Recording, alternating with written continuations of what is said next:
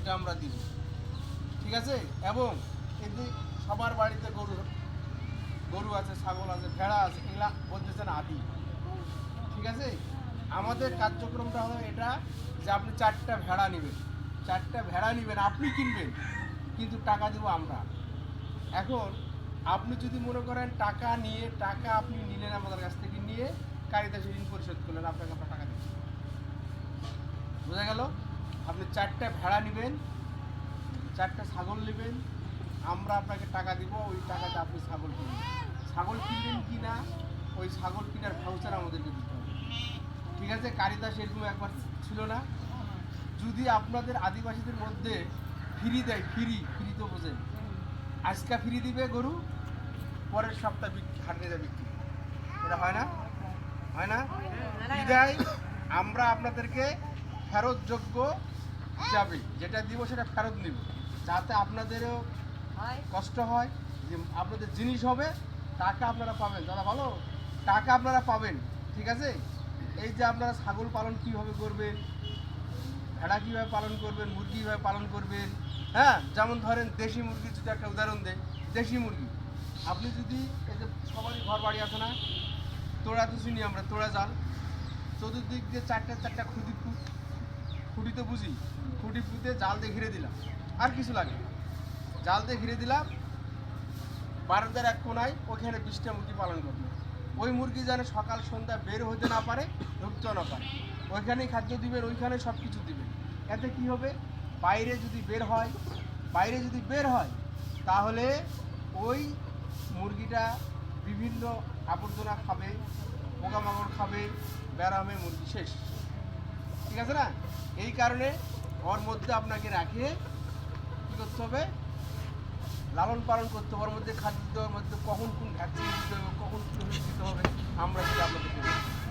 এবং যদি 20টা মুরগি থাকে, প্রতিদিন আমাদের 5টা ডিম দিবে, 5টা ডিমের দাম কত, একটা ডিমের দাম 20 টাকা সর্বনিম্ন মুরগির, তাহলে 60 টাকা হালি, তাহলে আপনার 80 টাকা পাচ্ছেন প্রতিদিন মুরগি থেকে, আস্তে আস্তে দিন বাড়বে। এখন যদি আপনার কাছ থেকে আমি সঞ্চয় আজকে বলে দিই 5000 টাকা সঞ্চয় দেয়, আপনারা দিবেন। ওই দিতে বলে যে টাকা দিয়ে আমাদের চলে গেছে, এরকম কথা যে বলবে যে আজকে আসবেন না, ভর্তি হন, কালকে আপনাকে ঋণ দিব 20,000 টাকা, 2,000 টাকা সঞ্চয় দেয়, কখনো এই কাজ করবেন না। আমরা আপনাদেরকে ভর্তি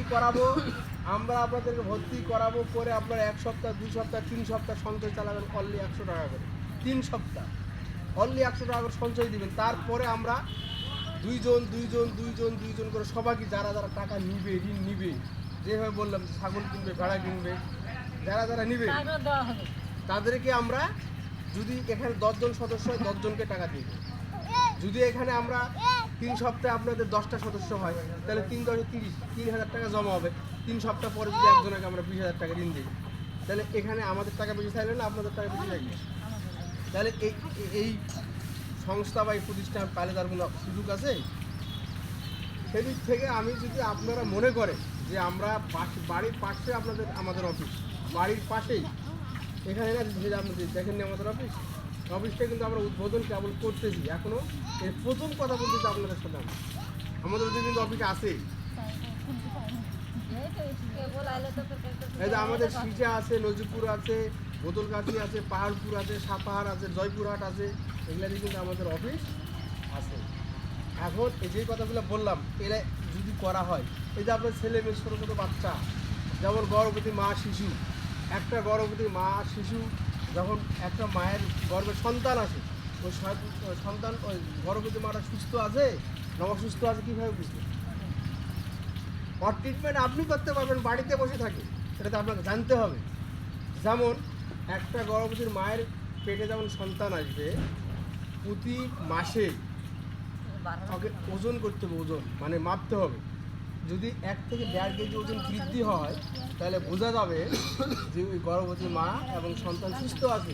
যদি 1/2 কেজি বাড়ে, তাহলে বুঝতে হবে যারা সুস্থ নয়, তখন ওদের পুষ্টিকর খাবার খাওয়াতে হবে। হ্যাঁ, অনেক সময় মানুষ অনেক সময় বাচ্চা ডেলিভারি হওয়ার পরে হয়ে যায় না, হ্যাঁ, কী করতে হবে তখন? তাকে যদি আপনি মুখে মুখ লাগে দেন, ছোট বাচ্চাকে মুখে মুখ লাগে হাওয়া দেন, বাচ্চা কিন্তু অলরেডি হয়ে যাবে। এই কার্যক্রমগুলো আমরা আমাদেরকে প্রত্যেকটা সদস্যকে এই কয়েকটা বিষয় বললাম, প্রত্যেকটা সদস্যকে আমরা প্রশিক্ষণ দিব, হেলথের বিষয় দিব, শিক্ষা দিব, হাট মুড়ি যেগুলো বললাম এগুলো আপনাদেরকে ট্রেনিং করাবো। ঠিক আছে? আমাদের যখন সমিতিটা গঠন হয়ে যাবে তখন আমরা একটা ডাক্তার নিয়োগ দেবো, 3, 4, 5টা অফিস মিলে ডাক্তার প্রতি সপ্তাহে একদিন প্রত্যেকটা সমিতিতে আসবে। আর যদি এখন সমিতি বেশি হয়ে গেল একটা আমরা কেন্দ্র করবো, এখানে কেন্দ্র, তাহলে আপনারা যে কেন্দ্র করবেন ওই কেন্দ্রে আপনাদেরকে যাতে হবে প্রতিদিন চিকিৎসা করার জন্য, চিকিৎসা নেওয়ার জন্য। এটা হলো ফ্রি সার্ভিস। কিন্তু এই দিদিও আমাকে বললো, ওই দিদিও বললো যে আমাদেরকে টাকা নিয়ে পালিয়ে গেছে, সাঁকো না কি বললো। কিন্তু আপনারা ওইখানে জমা করেছেন, কিন্তু ওরা তো আপনাদের কিছু দেয়নি। আমরা আপনাদের কাছ থেকে নিতে আসিনি, আপনাদেরকে দিতে আসছি, তাই না? এখন ওদের কোনো লাইসেন্স ছিল না। এই যেমন কারিতাস পালাইছে, আশা পালাইছে, আর ডিআরএস পালাইছে, রিক পালাইছে, আশ্রয় পালাইছে, কেউ পালাইছে। কিন্তু সমাজসেবা যে এই যে সাঁকো মাকো যেগুলো আছে, মেসেঞ্জার এগুলা হলো সমাজসেবা থেকে নিবন্ধনে সমবায় সমিতি। এরা মানুষের কাছ থেকে টাকা নিয়ে আপনার কাছ থেকে নিয়ে 5 টাকা দিবে 1 টাকা। বুঝা গেল? এখন আমি যে কথাগুলো আপনাকে বললাম যে আপনাদেরকে এখনই সমিতি করতে হবে এটা না, আপনাদেরকে বললাম আপনারা বুঝেন, সোজেন, পরিবারের সাথে, স্বামীর সাথে, আরও মানুষের সাথে বোঝেন, বুঝে শুনে যদি আপনাদের মনস্থ হয় যে আমরা সমিতি করব, তাহলে আমরা আপনাদের কাছে আজকে আসলাম, আরেকদিন আসবো। আপনারা যদি মনে করেন আমরা সমিতি করা বুঝি, তাহলে যেদিন আমাদেরকে আসতে বলবেন সেই দিন আমরা, এখন যদি কাজের দিন, তাহলে আমরা সন্ধ্যার সময় আপনাদের এখানে অফিস হবে, সন্ধ্যার সময় আপনাদের কাছে আসবো। দিদি বোঝা গেছে আমার কথাটা? যেমন ওই দিদি ভাড়া দেখালো আমাকে অনেকগুলো, দিদি দেখালো অনেকগুলো মানুষের, এই 5-6টা ভেড়ার দাম কত টাকা হবে? কতটা? 20,000 টাকা। 20,000 টাকা যদি আপনাকে আমরা দিয়ে দেই, মালিককে আপনি টাকা ফেরত দিয়ে দিলেন, ভেড়া আপনার হয়ে গেল। আপনি খাটি করে কিস্তিটা দিলেন, ভেড়া আপনার হয়ে গেল। আপনি দেখবেন যে এই টাকা আমার কিস্তি নিচে, টাকা আমার, এই টাকাটা আমার নিজস্ব টাকা, এই কিস্তিটা আমি দিলেই ভেড়াটা আমার, এই ছাগলটা আমার, এই গরুটা আমার। এইভাবে যদি করেন আস্তে আস্তে আপনারা উদ্যোক্তা মানুষ, চেষ্টা করলে মানুষ সফল হবেই। কিন্তু যেমন মাঠে ঘাটে আপনাদের খাটতে হবে না। আপনাদের আদিবাসী যত সম্প্রদায় আছে তার মধ্যে অবহেলিত সম্প্রদায় হলো আদিবাসী সম্প্রদায়, ঠিক আছে না? কিন্তু এখন আদিবাসী আর অবহেলিত নাই, প্রত্যেকটা ছেলে মেয়ে স্কুলে যায়। আগে স্কুলে যেত না, তো এই যে আগের চেয়ে অনেক আপনাদের জীবনযাত্রা আমার অনেক উন্নয়ন হয়েছে, কিন্তু আরও করতে হবে, ঠিক আছে না? এমন প্রেক্ষিতে যদি আপনারা মনে করেন যে না দাদা আমরা করব, আমি যে কথাগুলো বললাম যদি আপনাদের ভালো লাগে, যেদিন আমরা আসবো সেই দিন আপনাদের একটু সঞ্চয় দিতে হবে 100 টাকা, আর ভর্তি ফি পাস বই দিতে হবে 50 টাকা। এই 50 টাকা আপনার অফেরত যোগ্য, এটা পাবেন না। এবং এখানে আমরা 3টা, একটা হলো সভানেত্রী, একটা সাংবাদিকে, একটা কেশিয়ার, 3 জনকে আমরা একটা কমিটি গঠন করব, কার্যকরী কমিটি। এই কমিটির মাধ্যম দিয়ে সমিতিটা আমরা পরিচালনা করব, ঠিক আছে? এখন যদি আপনারা মনে করেন যে আমরা সমিতি করব, তাহলে আমরা আপনাদের কাছে আশপাশে না আমরা সমিতি করবো না, তাহলে আপনাদের আসে লাভ আছে। এখন আমি যা বললাম যদি আপনার ভালো লাগে